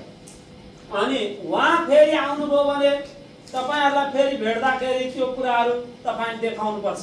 너무 튼튼하고 아름답고 예뻐요. अनि त्यो बेलामा तपाईहरु के हुनुहुन्छ, मनन गरेर यो गर्दा गर्दै तपाईहरु एकदम सुन्दर भएर स्वस्थ भएर रहनुहुन्छ। 저는 볼펜도 4가지 색깔 나오는 볼펜으로 씁니다. 그리고 가장 좋은 필기도구를 써요. 그 묵상 노트에. अनि हेर्नुस् त उहाँले त्यो पेनहरु चलाउँदा 4वटा कलरले लेख्ने पेन चलाउनुहुन्छ। अनि त्यसमा सबैभन्दा मेन लेख्ने बेलामा सबैभन्दा एउटा कलर चुनेर गर्नुहुन्छ। 어느 날은 말씀을 적다가 कुनै दिन वचन लेख्दै गर्दा 계속 울어요. अनि उहाँ रुनुहुन्छ वचन लेख्दा लेख्दै। 그 말씀이 내 안에 들어오면서 अनि वचन म भित्र यसरी आउनु भएर 그 무엇으로도 해결될 수 없었던 문제들이 해결이 돼요. अनि केही कुराले पनि त्यो समाधान हुनै नसक्ने समस्या पनि वचनले समस्या 그래서 समाधान 한 गर्छ। 장 한 단어 정성껏 적어요 진짜. अनि त्यही भएर म त्यस्तो बेलामा चाहिँ एउटा शब्द पनि वचनको के गर्छु त लेखेर राख्छु। 저한테 이제 양육을 받는 사람들이 있는데 अनि मबाट केही शिक्षाहरू लिने मान्छेहरू छन्। 본인들도 그렇게 묵상을 해요. अनि त्यो मान्छेहरूले पनि त्यस्तै गरी उहाँहरूले मनन गर्नुहुन्छ। 그리고 사진을 찍어서 저한테 보냅니다. अनि उहाँहरूले फोटो खिच्नुहुन्छ र त्यो फोटो मलाई पठाउनुहुन्छ। 저는 정말 다른 거 해준 거 별로 없어요. अनि साँच्चै उहाँले पनि भिन्न कुरा सिकाउने गर्ने केही होइन। 그것만 잘할 수 있게 기도 많이 해주면 돼요. अनि त्यही मनन गर्ने कुरा मात्र राम्रो गरेर गर्न सक्यो भने हुन्छ भनेर उहाँले सिकाउने हो। 저절로 커요 그냥. त्यतिकै आफसी आफ बढ्दै आउँछ। 저 저보다 놀라운 일을 막 해요. मभन्दा पनि अचम्मको कामहरू उहाँले 그래서 गर्नुहुन्छ 막 놀래죠. अनि म पनि छक्कै पर्छु 야 스승을 능가하는 제자가 나왔네.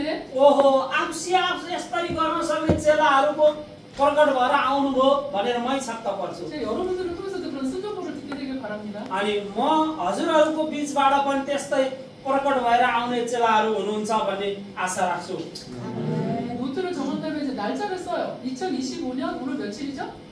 अनि आज कति गते हो 9 आज 8 महिना कि 10 महिना होला 10 को महिना 9 तारिक होला हैन 날짜를 적고 आज 2025 10 को महिना 9 गते भनेर लेख्नुस् पहिला डेट लेख्नुस् 그다음에 이제 해보세요 실제로. 노트 이제 날짜 적으셨죠? 오늘 아침에 성경 공부 같이 어디예요? आज बिहान हामीले बाइबल हेरेको सँगै हेरेको पद बाइबलको कहाँ हो 어디 봤어요? 어디 본문이 어디였어요? 어디 오늘 사모님 시작할때 아니면 아침에 तपाईहरुको संगति बिहा नगर्दाखेरि 다 같이 똑같은 성경 말씀입니다. ए सिफेन सामसिफ साफेन 1देखि 11 일절부터 11절까지. 그럼 이제 그걸로 해도 되는데 제가 지금 저한테 주어진 시간이 1시까지인데 그 시간 활용을 잘 하기 위해서 좀 여러분들한테 쉽게 다가갈 수 있는 본문을 제가 정해드릴게요. 자 오늘은 어디로 가냐면 에베소서 말씀으로 가겠습니다. ल त्यो गरे नि हुन्थ्यो तर टाइम धेरै छैन अहिले सजिलो गर्नुपर्छ त्यही भएर एफिसीको पुस्तकमा जाउँ आउनुहोस् त अहिले 1 बजेसम्म भन्नु भएको छ सामुनीलाई 12:30 भइसक्यो 자 에베소서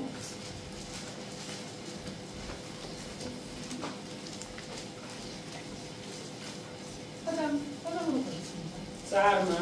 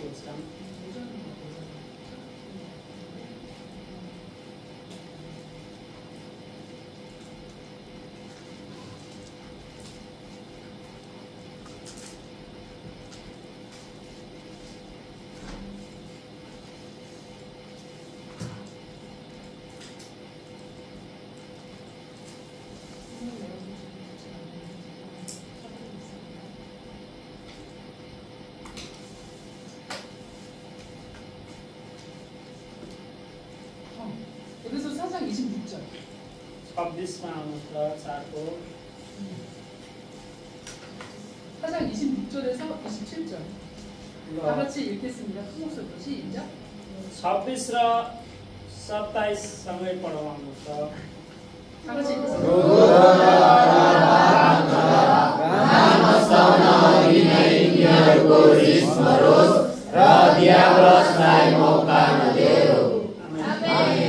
이걸 써놔야죠. 에베소서 4장 26절에서 27절 말씀.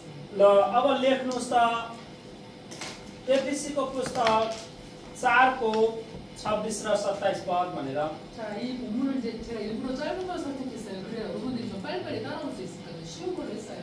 अनि यो एकदम सजिलो पदलाई रोज्नु भयो किनभने छोटो पनि छ तपाईहरु छिटो छिटो पछ्याएर आउन सक्नुहुन्छ भनेर हो 첫 번째 질문은 첫 번째 이걸 물어보세요. 1번 하나님은 어떤 분이신가? 이 두 구절 말씀을 통해서 내가 하나님은 어떤 분이신 줄 깨닫게 되었는가? 하나님은 어떤 분이신가? अनि पहिलो प्रश्न परमेश्वर कस्तो व्यक्ति हुनुहुन्छ त यो पदलाई हेर्दाखेरि 자, 하나님의 어떤 분이신지 아는 게 왜 중요할까요? परमेश्वर कस्तो व्यक्ति हुनुहुन्छ भन्ने कुरा किन महत्त्वपूर्ण छ त 하나님을 올바로 아는 것이 중요한 이유는 अनि परमेश्वर कस्तो हुनुहुन्छ भनेर थाहा पाउनु कारण चाहिँ 그것을 통해서 거울처럼 나 자신을 볼 수 있고 उहाँबाट ऐनामा हेरे जस्तो भनौँ न ऐनामा हेरे जस्तो म आफूले आफूलाई देख्न सक्छु 이웃 사람들을 어떻게 대하고 어떻게 봐야 될지 अनि छिमेकीको मान्छेलाई कसरी मैले हेर्नुपर्छ कस्तो नजर राख्नुपर्छ भन्ने कुरा 세상을 또 우리가 어떻게 바라봐야 될지 이런 지식을 갖출 수 있게 돼요. अनि संसारलाई हामीले कसरी हेर्नुपर्छ भन्ने कुरा पनि त्यो ज्ञान हामीले पाउन सक्छौँ। 하나님에 대한 지식을 토대로 내 삶에서 무엇을 고쳐야 하는지 अनि परमेश्वरलाई हामीले हेर्दाखेरि मेरो जीवनमा भएको के कुरालाई म निको पार्न सक्छु त? 내가 어떻게 행동해야 되는지 이런 걸 깨닫게 되는 거예요. अनि मैले कसरी व्यवहार गर्नुपर्छ भन्ने कुरा थाहा पाउन सक्छु। 자, 두 번째 질문. दोस्रो प्रश्न, 내게 주신 교훈은 무엇인가? मलाई दिएको शिक्षा के होला त? 그다음 세 번째 질문. तेस्रो प्रश्न, 오늘 내 삶에 적용할 것, 실제로 해야 될 것은 무엇인가? 내가 아니. 살면서 실제로 해야 될 것, 순종해야 될 것은 무엇인가? अनि आज मलाई जीवन जिउनको लागि मैले वास्तवमै प्रयोगमा ल्याउन पर्ने कुरा के हो भन्ने विषय पनि हो। 자, 이걸로 한번 지금 해보겠습니다. 지금 한번 꼭 간단한 말씀이잖아요. 두 구절 말씀 보면서 이 세 가지 질문에 대한 답을 알아보세요. अनि यो तीनवटा कुरा हो प्रश्न। अब दुईवटा पद, त्यो छोटो पदबाट तीनटा प्रश्नको जवाब हामीले खोज्ने हो कसरी भन्ने कुरा।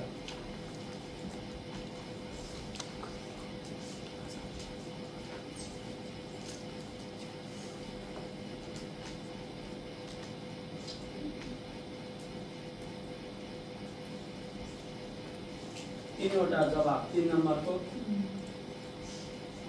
पहिलो, परमेश्वर कस्तो व्यक्ति हुनुहुन्छ हैन?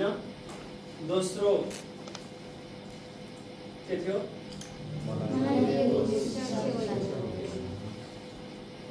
योबाट मैले पाउने शिक्षा के हो? तेस्रो, मेरो व्यावहारिक जीवनमा यो कसरी लागू गर्न, अहिले व्यावहारिक जीवनमा कसरी लागू गर्न सक्छु, कसरी लागू गर्ने भन्ने कुरा हो।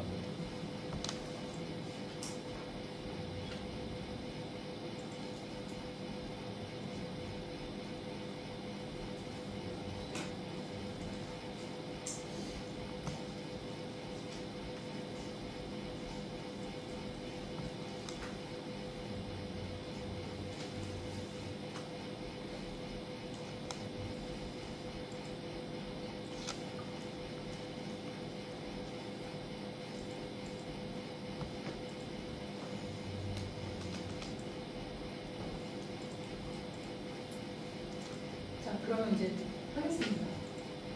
첫 번째, 본문을 통해 하나님은 어떤 분이시라고 느껴집니까? अब यो हेरिएको पदबाट हजुरहरूले परमेश्वर कस्तो व्यक्ति हुनुहुँदो रहेछ भन्ने कुरा विचारमा आयो त?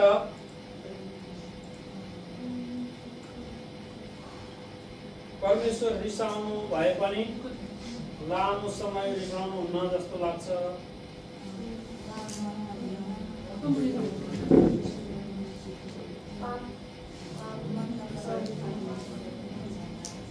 하나님은 죄는 이거 원하지 않는 분이다. 죄는 원하지 않고. 자, 그런 걸 진짜 좀 제가 한 번 얘기하겠습니다. 분을 여기 첫 번째구나. 분을 내어도라는 말이 있죠. अनि हेर्नुहोस् त, तर यहाँ तपाईले 화를 내도. क्रोध गर भनेको छ एउटा 26मा सुरुमा। 하나님은 내가 화내는 거 아시는구나. अनि परमेश्वर चाहिँ म रिसाउने कुरा नि उहाँलाई सबै थाहा रहेछ भन्ने कुरा। 화내는 거 자체는 죄가 아니구나. अनि यो रिसाउने कुरा साँच्चै पाप होइन रहेछ भन्ने कुरा थाहा हुन्छ। 여러분 중요하게 알아야 될 게 감정 자체는 죄가 없어요. अनि हेर्नुहोस् त, यहाँ हामीले थाहा पाउनुपर्ने महत्त्वपूर्ण कुरा के छ त भन्दाखेरि हाम्रो भावनामा आएको कुरा एकैचोटि देखियो भने पनि त्यो पाप होइन। भावना चाहिँ 누가 미워? कोही मान्छेलाई अब टाट्टा हामीले घृणा गर्यौँ, 부러워. अब कोही मान्छेलाई हामीले एकदमै उ गर्यौँ, घृणा गर्यौँ। 어떤 애가 나보고 바보라고 얘기했어. 멍청이라고 말했어. अनि कोही मान्छेले मलाई ओ कस्तो मूर्ख भनेर यसरी भन्यो। 그럼 여러분 화 나요 안 ना요? अनि तपाईलाई पनि ओइ मूर्ख भनेर भन्यो भने रिस उठ्छ कि रिस उठ्दैन तपाईलाई? 나보고 막 멍청이라고 그러면 화 나 안 나? अनि तपाईलाई अब हेरेर कसैले ओइ मूर्ख पागल भनेर भन्यो भने 지는 뭐 잘났어?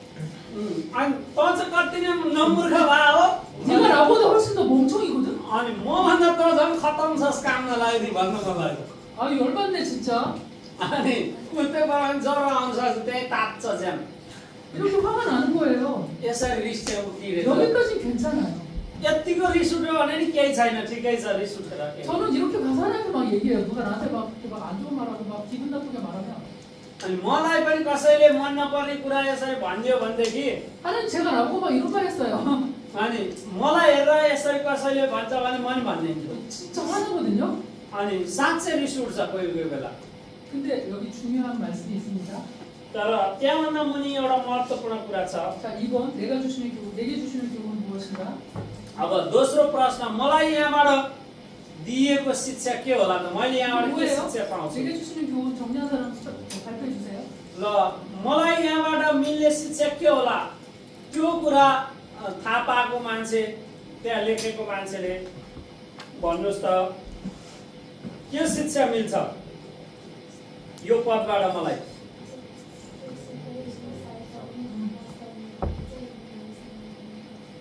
이렇게 와가네요도 이 내가 띄기 전에는 그 와가는 이렇게 나가야 돼요. 오케이. 자, 두 가지 말씀하세요. 첫 번째 죄를 짓지 말아라. 아니 एउटा कुरा पाप नगर भनेको छ। 두 번째 해가 지도록 불을 품지 말아라. अनि दोस्रो चाहिँ त्यो घाम अस्ताउन अघि नै के गर त तिम्रो रिस मार भनेको छ। 자, 그러면 보세요. 화가 나는 것까지는 좋은데 이게 죄로 갈 때는 어떻게 나타나나요? अब यो हेर्नुस् त घाम अस्ताउन अघि नै रिस मर्यो भने त ठिकै छ। तर रिस मरेन र पाप भयो भने के हुन्छ होला त? 막 물건을 집어 던지고 अब एउटा सामान केही झिकेर फाल्यो भनौँ न 가서 막 꼬집어. अनि गएर कसैलाई चिमट्यो 그거는 죄라는 거예요. अनि त्यो चाहिँ के हो त? अब सामानले झट्टी हानेर अर्कालाई लाग्यो हानिदियो भने अथवा गएर यसरी निमटेर हैन चिमर्दियो भनेदेखि के हुन्छ त?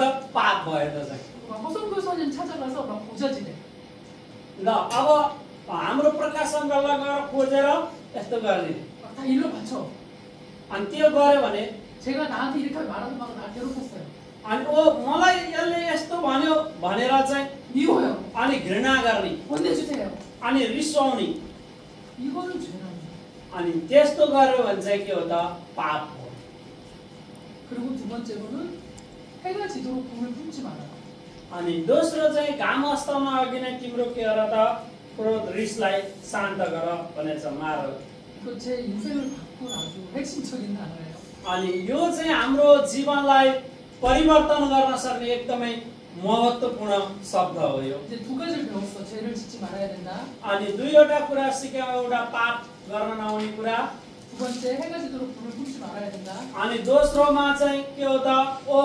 घाम अस्ताउन अगाडि नै हाम्रो रिस मार्न पर्ने कुरा। 3번으로 넘어갑니다. 내 삶에 적용한 것은 무엇인가? अब 3 नम्बरको प्रश्नमा मेरो जीवनमा अब मैले व्यवहारमा लागू गर्नुपर्ने कुरा के हो त यो वचनबाट? 나는 화가 날 때 어떤 행동을 했는가 이렇게 적어보는 거예요. अब म रिसाउँदाखेरि मैले कस्तो व्यवहार गर्छु भन्ने कुरा लेख्ने हो। 그리고 그 행동을 적다 보면 이 행동은 죄니까 하지 말아야 되는 게 X표가 나오죠. 그러면 그걸 밑줄을 긋고 앞으로는 이렇게 행동하지 않겠다 이렇게 적는 거예요. 뭔지 알겠죠? अनि हेर्नुहोस् त अब मैले रिसाउँदाखेरि कस्तो व्यवहार गर्छु भन्ने कुरा पहिला त्यहाँ लेख्ने अनि रिसाउँदाखेरि यस्तो व्यवहार गर्नु हुँदो रहेछ भनेर इन्टु लाउने। अब त्योभन्दा पछाडि चाहिँ म यस्तो व्यवहार अब गर्दिनँ रिसाए पनि भनेर अब बानी सुधार्ने हैन। 욕심내지 마세요. 이때 중요한 게 욕심을 내지 마. अनि यसमा हाम्रो के हो त भन्दा शारीरिक इच्छाहरू राख्नु हुँदैन। 그냥 하나만 적어도 돼요. 진짜. एउटा मात्र लेख्नुहोस् तपाईले। 한 가지 죄만 내가 안 하기로 결정해도 괜찮아요. तपाईले म एउटा मात्र पाप गर्दिन भनेर निर्णय गर्नुभयो भने नि हुन्छ एउटा वचनले। 화가 나는데 막 화가 날 때 막 소리를 막 지르면서 막 상대방한테 막 욕을 하는 경우 있잖아요. 나는 그 욕 중에 무슨 욕은 안 하겠다. 어떤 욕 하나는 안 한다. 이런 결정을 하는 거예요. अनि तपाईँ र हामी कोही मान्छेसँग झगडा परेर रिसायो भनौँ न।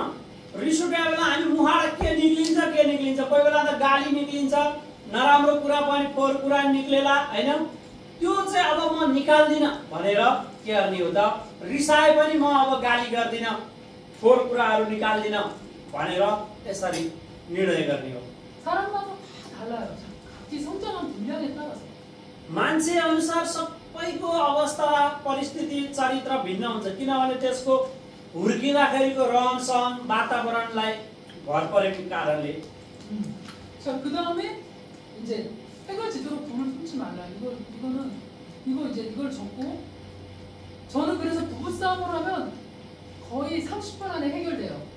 अनि त्यही भएर यहाँ चाहिँ के हो त भन्दाखेरि घाम अस्ताउन अघि रिस मरोस् भनेको छ। अनि मेरो चाहिँ के हुन्छ बुढाबुढी झगडा पर्यो भने पनि 30 मिनेटभित्रमा त्यो झगडाको समाधान भइसक्छ। 그리고 누구한테 화가 나서 막 화날 일이 있으면 막 우선은 하나님한테 갖다 막 말씀드리고 나서 오늘 해가 몇 시에 지지 막 인터넷으로 찾아봐 이거 핸드폰으로. अनि त्यसपछि अब कोही मान्छेसँग तपाईँ रिसाउनु भयो भनेदेखि ओ अब परमेश्वरमा तपाईँले रिसाउनु हुँदैन भनेपछि मोबाइलमा इन्टरनेट आज बेलुका घाम कतिखेर अस्ताउँछ भनेर चाहिँ त्यो अस्ताउने टाइम हेर्नु पर्यो पहिला। अनि 해가 딱 떨어질 때까지만 화내려고 그 다음에는 무서워요. अनि त्यो अब भएन भनेदेखि जसरी भए पनि घाम अस्ताउने टाइम भन्दा अगाडि नै के गर्नु पर्यो त ओ मेरो रिस मर्यो भनेर हान्नु पर्यो। 화를 그냥 풀어버려 다. अनि त्यो रिसहरू सबै मरेर हटाउनु पर्यो। 그러니까 저는 이렇게 누구한테 화를 오래 내본 적이 없어요. त्यही भएर म चाहिँ लामो समयसम्म कोही मान्छेसँग 그날 रिसाइरहन्न। 났던 화나는 거 분노는 그날 해질 때까지 다 처리를 끝내버려 그냥. अनि आज तपाईँ बिहान कोही मान्छेसँग रिसाउनु भयो भने अब आज बेलुकासम्म के गर्नुपर्छ त त्यो सबै रिस मारिसक्नुपर्छ। जम्मै त्यो दिनको रिस सबै सिद्धाइदिने। 한국에서는 어떤 그 부부들이 많이 있냐면 결혼하신 분들 중에서 어떻게 부부 생활하는 분들이 많냐면 अनि कोरियामा चाहिँ कसरी बुढाबुढी बिहे गरेपछि कस्तो जीवन जिउने व्यक्तिहरू धेरै छन् भनेदेखि 남편한테 막 화가 나고 막 부부싸움을 했어. अनि बुढासँग एकदमै रिसाएर झगडा पर्यो बुढाबुढीको। 이거를 그냥 넘어갈 수 없어. ओ यो कुरा चाहिँ अब यहाँभन्दा अगाडि म बढेर जान सक्दिनँ। 우리 각방 써. अब हामी चाहिँ के गरौँ त बरु छुट्यौँ। 한 달 동안 말하지 마. अब 1 महिनासम्म म बोल्दिनँ यससँग। 당신이 나한테 말 시켜도 나 대답 안 할 거야. अब तिमीले यदि मसँग भन्यौ भने पनि म तिमीसँग बोल्दिनँ जवाफ 나도 दिन्न। 당신한테 말 안 해. म पनि तिमीसँग बोल्दिनँ। 이래가지고 아주 차갑게 식어버려요. 이렇게 하는 거를 이제 그 콜드 워 아주 냉전이라 그래. 냉전. अनि यो चाहिँ यसरी गरौँ भनेदेखि हुँदैन बुढाबुढीको होइन। यो गर्नु भनेको के हो त एकदमै भित्रबाट त्यो नराम्रो रिस आइरहने हो। 그런 부모 밑에서 큰 아이들은 상처를 받아요. अनि त्यस्तो किसिमको त्यो बच्चाहरू त्यस्तो बाबुआमाको बच्चाभित्र बच्चालाई चोट लागेको हुन्छ। 하나님의 용서하심을 받아들일 수가 없어요. अनि परमेश्वरले गर्नुहुने त्यो क्षमालाई त्यहाँ ग्रहण गर्न सकिन्न। 본인들도 엄마 아빠한테 화가 나면은 방문 닫고 딱 들어가서 안 나와. 말도 안 하고. अनि त्यहाँबाट तपाईँको बच्चाहरूले त्यो देख्यो भने के हुन्छ बाबुआमासँग रिस उठ्यो भने फुत्त भित्र गएर जान्छ ढोका लाएर बसिदिन्छ। त्यो बोल्दैन बच्चा पनि बाबुआमासँग। 근데 저랑 남편은 이걸 딱 원칙을 정해놨어요. अनि मैले र मेरो बुढाले चाहिँ के गरौँ भन्दाखेरि त्यो कुराहरू एकदम व्यवस्थित गरौँ। 그래서 그날 풀고 다 이제 기도하고 서로 이렇게 안아주고 그러고 끝내요. अनि अब झगडा पर्यो भने नि हामी चाहिँ के गर्छौँ त त्यो दिन बेलुका फेरि प्रार्थना गर्ने एकअर्कामा अङ्कमाल गर्ने अनि प्रेम गरेर बेलुका सिद्धाइदिने टुङ्गाइदिने। 우리 애들하고 관계도 마찬가지예요. अनि हाम्रो बच्चासँग पनि सम्बन्ध यस्तै हो। 근데 지금 우리 이제 큰아들은 결혼했는데 अब अहिले मेरो जेठो छोराको चाहिँ बिहे भइसक्यो। 진짜 저희한테 배운 대로 그대로 해요. अनि अहिले जस्तो मबाट सिकाथ्यो बच्चाहरूले छोराले त्यही अहिले बुढीलाई गरिरहेछ छोराले पनि बुहारी। 감사하게도 얘네는 거의 부부싸움도 안 해. 아싸리. अनि एउटा धन्यवादी हुने कुरा के छ भन्दाखेरि अहिले बुढीसँग छोराले झगडा गरेर छैन। एकदम राम्रो छ। 혹시 서로 언짢거나 좀 이렇게 마음에 안 드는 게 있으면 대화로 이렇게 잘 풀어가요. अनि हुनसक्छ अब सबै मन पर्छ बुढाबुढीको भन्ने त होइन, केही कुरा मन नपर्न सक्छ, तर पनि बातचितबाट नै समाधान गरिरहेछन् छोराबुहारीले। 그래서 우리 저기 그 며느리가 무슨 말을 하냐면 त्यही भएर मेरो बुहारीले अहिले के भन्छन् भन्दाखेरि 자기 남편이 자기를 항상 이렇게 존중해주고 따뜻하게 대해주고 화를 안 낸다. अनि ओ मेरो लोनीले चाहिँ मेरो श्रीमानले चाहिँ मलाई के छ त भन्दा जुन बेला पनि एकदम तातो प्रेम गर्छन्, एकदम आदर सम्मान गरेर माया गर्छन् भन्ने कुराहरू यसरी निकाल्छन्। 그러니까 저희 아이는 저희보다 더 발전된 더 이렇게 업그레이드된 모습으로 가죠. अनि अब हेर्नुहोस् त मेरो बच्चा चाहिँ हामीहरू भन्दा पनि के हो त झन् अपग्रेड भयो भनौँ न भनेको अझ उच्च स्तरीय प्रेम गर्ने मान्छे भयो. 묵상을 통해서 여러분이 내가 어떤 모습이 변화됐어. 안 좋은 습관이 바뀌었어. 완전히 버리게 됐어. अनि हेर्नुहोस् त अब यो वचन पाएपछि मैले के हो त भन्दाखेरि आफ्नो कुन नराम्रो पक्षहरू थियो त्यो सबलाई के कुराहरूलाई मैले फ्याँकिन. 그리고 여러분 주변 사람들한테 영향력을 미칩니다. अनि त्यो तपाईले आफ्नो फ्याँकेको कुराहरूबाट अब के हुन्छ आफ्नो वरिपरिको छिमेकी मान्छेहरूसँग तपाईको के हुन्छ त बानी व्यवहार मान्छेमा फैलिँदै जान्छ. 가족들도 다 느껴요. अनि त्यो परिवारले पनि भोलि एक दिन न एक दिन के हुन्छ त अनुभव गर्न थाल्छ. 삶이 바뀝니다. अनि जिउने जीवनको स्तरै भिन्न हुन्छ. 자, 그래서 우리 에스라서 7장 10절 말씀 찾아서 다 같이 읽겠습니다. 에스라 7장 10절. एज्राको पुस्तक 7को 10मा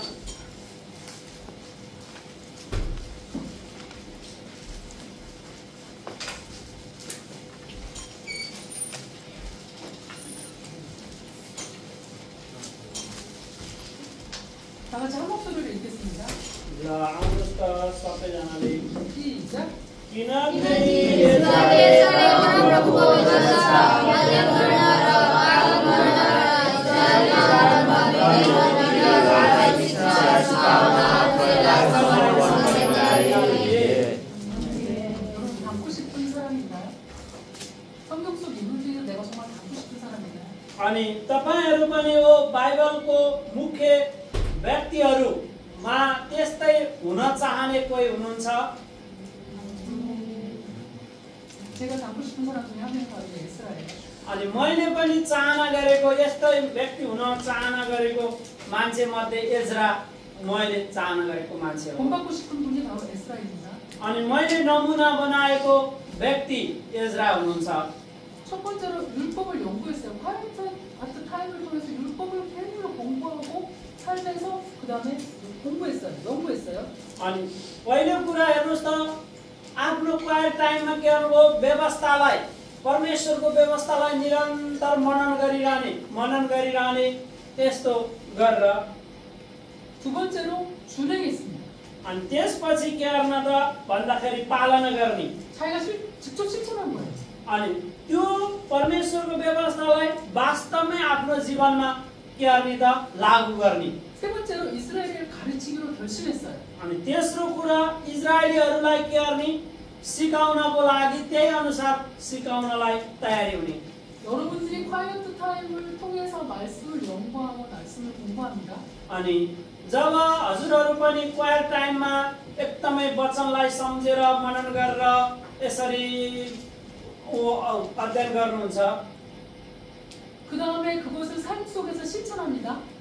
अनि त्यसपछि बल्ल त्यो मनन गरेको वचन आफ्नो व्यवहारिक जीवनमा लागूमा ल्याउनुहुन्छ. 그러면 여러분들이 마지막으로는 누군가를 가르칠 수 있게 돼요. अनि त्यो आफ्नो जीवनमा व्यवहारमा ल्याइसकेपछि अन्तिममा हजुरहरूले कोही न कोही व्यक्तिलाई सिकाउन सक्नुहुन्छ. 여러분들이 바로 작은 예수가 되는 거예요. अनि त्यस्तो बेलामा यहाँहरू चाहिँ एउटा सानो येशू जस्तै व्यक्ति हुन सक्नुहुन्छ. 여러분만 봐도 사람들이 위로를 받습니다. अनि जब यहाँहरूलाई मान्छेहरूले देखे भने पनि ओ मान्छेहरूले यो मान्छेलाई भेटियो भनेर सान्त्वना पाउँछन्. 힘을 얻습니다. अनि तपाईहरुलाई देखेर भेट्दा मान्छेहरूले शक्ति प्राप्त गर्छन्. 자, 네팔에는 쿠마리가 있죠. 쿠마리. 살아있는 여신. 쿠마리입니다. कुमारी ईश्वर. 저는 좀 유심히 그걸 좀 연구했습니다, 제가. अनि उहाँले त्यो कुमारी देवी भन्ने छ नि नेपालमा हैन त्यसको विषयमा मनन गर्नुभएछ. 2살, 3살, 4살짜리 여자아이잖아요. अनि 2-4 वर्षको त्यो सानो बालिका हो, त्यो बच्चा केटी हो. 거기다 초경 시작하면 또 버림받아. अनि हेर्नुस् त त्यो मान्छेलाई के हुन्छ पछि उ भइसकेपछि त्यहाँ त्यागिन्छ फेरि हुर्केपछि. 근데 걔를 살아있는 수신으로 숭배해. अनि त्यो चाहिँ एउटा कुमारी देवी भनेर जिउँदो देवता हैन जिउँदो देवी भनेर यसरी मान्छेहरूले विचार गर्छन्. 사람들이 가서 이제 기도도 받고 자기가 또 이렇게 예물도 모두 드리더라고요. 그죠? 헌금도 하고. अनि मान्छेहरू त्यहाँ गएर के गर्छन् वो प्रार्थना गर्ने त्यो भेटीहरू त्यो बच्चालाई चढाउने त्यस्तो खानेकुराहरू दिने त्यस्तो गर्छन् 어떤 쿠마리는 뭘 이렇게 또 주더라고. 이렇게 화살표를 내려줘. 이렇게 뭐를 줘. 바나나도 주고 그러더라고요. अनि कोही कोही मान्छेले के गर्छ ल्याएर बनाउन कोहीले फलफुलहरू स्याउहरू हैन त्यस्तो ल्याएर नि दिन्छ त्यो खानेकुराहरू नि हुन्छ 사람들이 힘을 얻고 가요. 그리고 अनि त्यो दिएपछि मान्छेहरूले त्यहाँबाट के पाउँछ आशा पाउँछ अनि शक्ति प्राप्त गरेर जान्छ 왜 그럴까? किन त्यस्तो भयो होला 어린아이잖아요. त्यो त एउटा सानो बच्चा हो 때가 묻지 않았잖아요. 그러니까 죄를 아직 안 지진다. 그 쿠마리는 죄 지을 일이 없겠죠. 계속 그렇게 하고 있으니까. 그죠? 죄 안 짓고 있잖아요. 그죠? अनि हेर्नुहोस् त त्यो पाप नगरेको बच्चा भनौँ न सानो बालिका हो 나쁜 짓 안 하잖아요. त्यो नराम्रो काम त्यसले त्यति गरे हुँदैन 그러니까 बच्चा 거기에 어떤 신이 깃들였다고 생각하는 거야. अनि त्यो भित्र कुनै एउटा ईश्वरीय शक्ति हुन्छ भन्ने कुरा मान्छेहरूले विचार गर्छन् 그럼 초경을 시작하면 왜 얘를 버릴까요? तर पछि अलिकता व्यावहारिक रूपमा ऊ हुँदै गएपछि त्यो अलि हुर्किँदै गएपछि किन त्यसलाई फेरि फ्याँक्छ अर्को 그 이유는 뭐냐면 여러분도 다 아는 것처럼 그때부터는 이제 죄를 지을 수 있는 여러 가지 일들이 더 많이 있잖아요. 그죠? अनि त्यो किनभने बच्चा हुर्किँदै गएपछि त्यसको दिमागले नि पाप गर्न थाल्छ कामले पनि पाप गर्न थाल्छ त्यो धेरै किसिमको पाप गर्दै जाने भएको कारणले त्यसलाई पछाडि हटाउँछ 그러니까 그냥 이제 그때부터 너 신이 아니다 이렇게 되는 거야. अनि त्यस्तो पाप गर्न थालिसकेपछि अब मान्छे हुर्किएपछि पाप बढ्छ अनि त्यो भएपछि तिमी अब देवी बन्न कुमारी देवी बन्न योग्य छैन अब तिमी आउट अब अर्को भनेर ल्याउँछ 저는 예수 믿는 여러분들이 쿠마리처럼 될 수 있다고 생각합니다.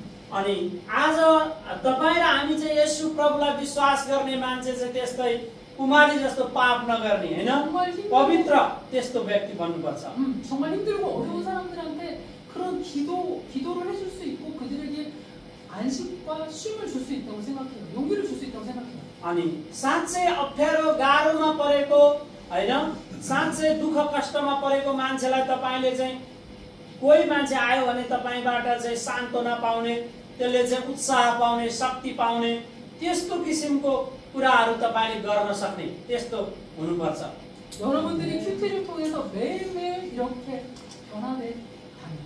अनि तपाईँहरू जब क्युटीबाट चाहिँ यसरी दिनदिनको जीवन यसरी परिवर्तन हुँदै गयो भने 하나님을 알아간다면 अनि त्यसरी परमेश्वरलाई चिन्दै बुझ्दै जानुभयो भने 예수님을 닮아간다면 यसु प्रभुको जस्तै व्यवहार भएर उहाँलाई पछ्याउँदै जानुभयो भने 그리스도의 장성한 분량에 충만한 데까지 자라간다면 अनि ख्रिस्टमा भएको जस्तै त्यस्तो कुराहरू चाहिँ तपाईँको जीवनमा पनि हुन सक्ने गरी तपाईँ हुर्किँदै बढ्दै जानुभयो भने 여러분들이 바울이 말한 그 편지가 되고 향기가 되는 거예요. अनि त्यतिखेर तपाईँहरू चाहिँ पावलले भन्नुभयो जस्तै ख्रिस्टको चिठीहरू होइन सुवासना छर्ने त्यो बासना छर्ने व्यक्तिहरू तपाईँहरू हुन सक्नुहुन्छ 편지가 뭐예요? 글자가 적혀 있잖아요. अनि चिठीमा त के हुन्छ लेखेको अक्षरहरू त हुने हो 여러분들을 보면은 그 이렇게 글자가 적혀 있는 거야. 희망과 용기를 주는 구원을 주는 예수님의 메시지, 예수님의 말씀이 적혀 있는 거야. अनि तपाईहरूलाई हेर्दाखेरि कसैले एउटा आशा पाउने कसैले उत्साह पाउने एउटा ख्रिस्टको शक्ति तपाईहरूलाई हेर्दाखेरि मान्छेले देख्यो भनेदेखि 날마다 새로운 피조물이 되는 거예요. अनि त्यस्तो हुँदा तपाईहरू दिनदिनै एउटा नयाँ सृष्टि भएर जानुहुनेछ 기도하겠습니다. आउनुहोस् छोटो प्रार्थना गरौँ अनि